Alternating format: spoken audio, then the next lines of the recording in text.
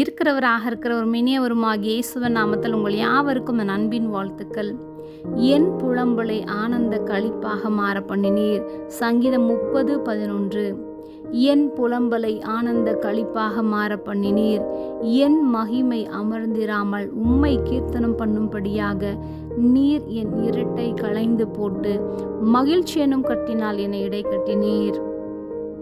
தாவீது ஏன் கர்த்தரை கீர்த்தனம் பண்ணினான் என்றால், அவனை அவர் தூக்கி எடுத்தார், சத்துருக்கள் மேற்கொள்ளாதபடிக்கு பாதுகாத்தார், தன்னை குணமாக்கினார், ஒவ்வொரு நாளும் போஷித்து பராமரித்தார் என்றும், ஒரு நாளும் அவனை கைவிடாமல் சகாயம் செய்கிறவராய் பெலனாகவும் இருந்தார்.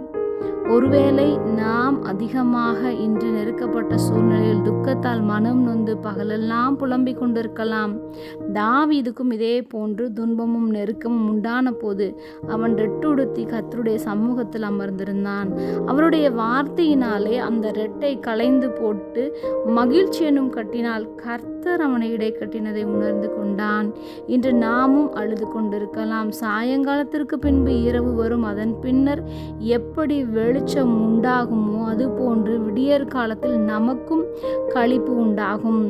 அது கர்த்தராலே உண்டாகும். அவரால் கூடாத காரியம் ஒன்றுமில்லை. பிரச்சனையினால் சோர்ந்து போய் பிரகாரத்தை விட்டு வெளியே போகாமல் அவருடைய பிரசன்னத்தில் தங்கியிருப்போம். அவரோடு இணைந்திருப்போம். ஈடு இணையில்லாத தேவன் இயற்கைக்கு அப்பாற்பட்ட அதிசயங்களை நமக்கு செய்து நம்மை மகிழச் செய்வார். ஜெபம். அன்பின் பரம தகப்பனே, எப்பொழுதும் எங்களோடு கூட இருக்கிறவரே, எங்கள் புலம்பல்களை ஆனந்த களிப்பாக மாற பண்ணியதற்காக நாங்கள் நன்றி செலுத்துகிறோம். இயேசுவின் நாமத்தில் பிதாவே, ஆமென்.